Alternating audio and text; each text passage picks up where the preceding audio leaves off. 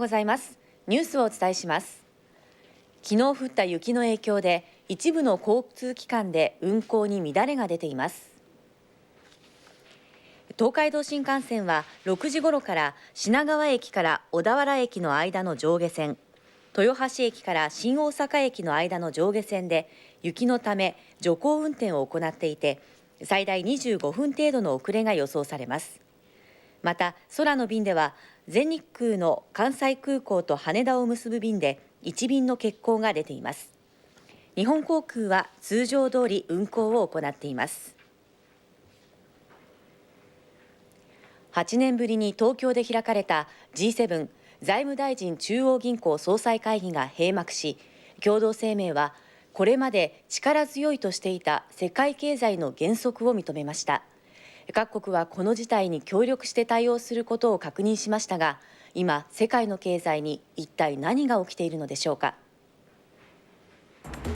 G7 議長を務める額賀財務大臣は会議への意欲をこう述べた。しっかりと現状を把握して、金融市場の安定化と世界経済の安定化のために力強いメッセージを発したいというふうに思っております。実は今、世界経済は分岐点にある。先月、世界は同時株安に見舞われた。発端は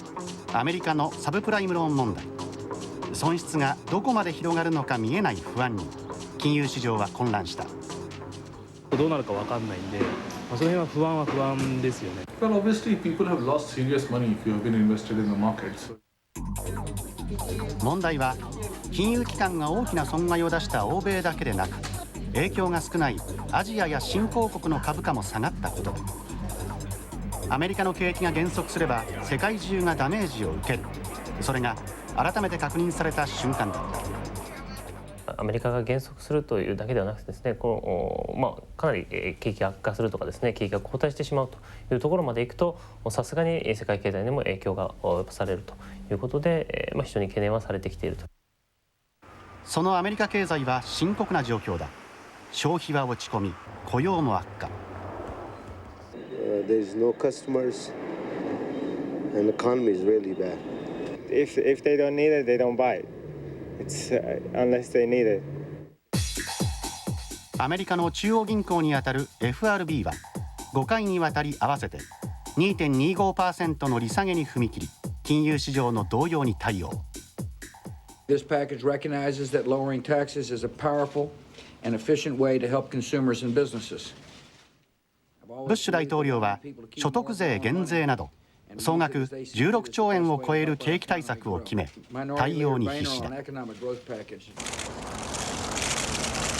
そんな中で迎えた G7。 共同声明ではこれまで力強い成長と表現していた世界経済について、不確実な環境に直面していると初めて減速感を打ち出した。そして各国が協調して対応することをアピールしたが、具体策には踏み込まなかった。日本が議長国を務めた東京 G7 共同声明は世界経済の課題解決につながるのでしょうか。世界経済は昨年10月の G7 会合の際に比べ不透明性が高まっています。G7 の共同声明は初めて世界経済の減速感を打ち出し、主要国が連携して対応することを確認しました。またサブプライムローン問題への対策として巨額損失を出している金融機関に対し、迅速な資本増強や情報公開を促すことなどを盛り込みました。しかし今回、利下げや財政出動など即効性のある具体策で協調を打ち出すまでには至りませんでした。これはインフレ懸念のあるヨーロッパ、そもそも超低金利の日本とそれぞれの事情があるためです。それぞれの国の事情あるいは背景が違っておりますから、それぞれの国の事情に合った対策をきちっと打ち出していくことが重要であると。そのために危機感は共有したものの、世界経済が再び力強い成長を取り戻せるかは今後の各国での対応に委ねられた形です。ところで今回の G7 で焦点の一つとなったのはアメリカ経済の先行き懸念です。世界全体に及ぶ影響を食い止めることはできるのでしょうか。アメリカのポールソン財務長官は会見でこのように述べ、住宅バブルの崩壊やエネルギー価格の高騰など景気減速を認めつつも強気な姿勢を崩しませんでした。その背景にはアメリカの金融機関が損失の開示や資本の増強を早急に行っていて、日本がかつて経験したような貸ししぶりを避けることができるという思惑があるからです。FRB 連邦準備制度理事会は去年9月から合わせて 2.25% の利下げに踏み切ったほか、 GDP の7割を占める景気刺激策として議会は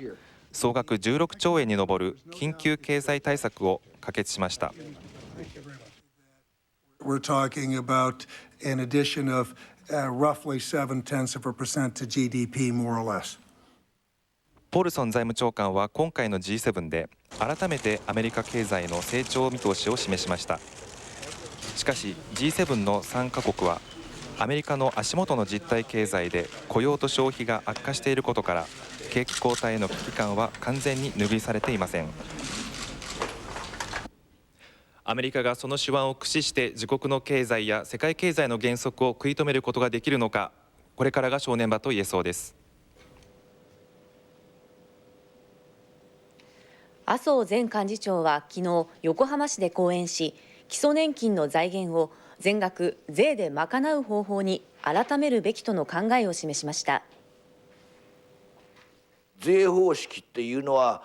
こっちの方が分かりやすい。第一、社会保険庁っていうものはいらなくなるわけですから。だって徴収する人はいらなくなっちゃうんだから。分かる？こんにちは。西日本から関東にかけての太平洋側で昨日から今日未明にかけてまとまった雪となりました。この雪の影響で一部の交通機関に乱れが出ています。気象庁によりますと、まとまった雪を降らせた雪雲はすでに東の海上に抜け、太平洋側の天気は回復しました。しかしこの雪の影響で東海道新幹線は一部区間で先ほど徐行運転が続いていましたが、現在は平常通り運行されています。高速道路では首都高速の通行止めはすでに解除されましたが、中央道の多治見インターチェンジと小牧ジャンクションの間など東海地方では現在も通行止めとなっている区間があります。徳島県の生協が回収した中国産冷凍餃子の外側の袋から殺虫剤成分のジクロルボスが検出されたことを受け、徳島県は今日緊急の立ち入り調査を行いました。立ち入り検査を受けたのは徳島県妙材郡石井町のコープ石井店です。今朝保健所の職員2人が餃子を搬入してから冷蔵庫で保管し、店舗に陳列するまでの一連の流れを検査しました。店が回収したコープ手作り餃子3袋からは昨日ごく微量のジクロルボスが検出されました。保健所によりますと、今回の検査ではジクロルボスが付着するような状況は見当たりませんでした。今後は店が外注している清掃会社に対して聞き取り調査を行い、ジクロルボスを含む殺虫剤を店内清掃に使っていなかったか確認するということです。アメリカ大統領選に向けた民主党の候補者レースは9日、ワシントン州など3つの州で予備選挙や党員集会が行われましたが、いずれの州でもオバマ候補がヒラリー・クリントン候補を抑え勝利する勢いです。前半戦の天王山だったメガチューズデーまで28週の戦いを終えても2人の候補は大激戦を続けています。ただ9日行われた西海岸ワシントン州と中西部ネブラスカ州の党員集会では、オバマ候補が当初の予想以上に圧倒的な強さを見せました。ダブルスコアの大差でクリントン候補を引き離しており、 NBC テレビなどは開票早々に勝利確実を報じました。また黒人票が民主党支持者の4割という南部ルイジアナ州の予備選挙も30分前から開票が始まりましたが、各社出口調査ではオバマ候補がリードしています。次の山場は首都ワシントンやバージニア州など3つの選挙区で予備選が行われる火曜日の首都決戦ですが、オバマ候補の勢いが続く公算が強くなっています。自民党や民主党など与野党4党の国会議員が韓国を訪れるため今朝羽田空港を出発し、先ほど韓国に到着しました。超党派での韓国訪問は自民党の加藤元幹事長が呼びかけたもので、山崎前副総裁や民主党の枝野元政調会長、社民党の辻元精神副会長らが参加しています。議員団は明日まで韓国に滞在し、イ・ミョンバク次期大統領と会談する予定です。自民党リベラル派の代表格加藤氏と民主党内で小沢代表と距離を置く枝野氏らの接近は、与野党の垣根を越えた政界再編を睨んだ動きとみられます。パキスタンの政治集会で爆弾テロです。パキスタン北西部チャルサダで開かれていた野党アワミ国民党の政治集会で9日、自爆テロとみられる爆発があり、少なくとも25人が死亡、45人が怪我をしました。パキスタン治安当局は来週の総選挙を前に多くの政党がテロの標的にされていると警告していました。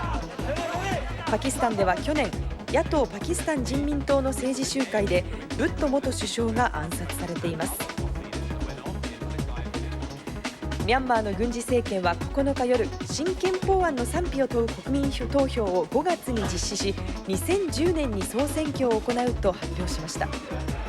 軍事政権はこれまで段階的に民主化を進めるためのロードマップを示してきましたが、その一部である選挙の具体的時期などが明らかにされたのはこれが初めてです。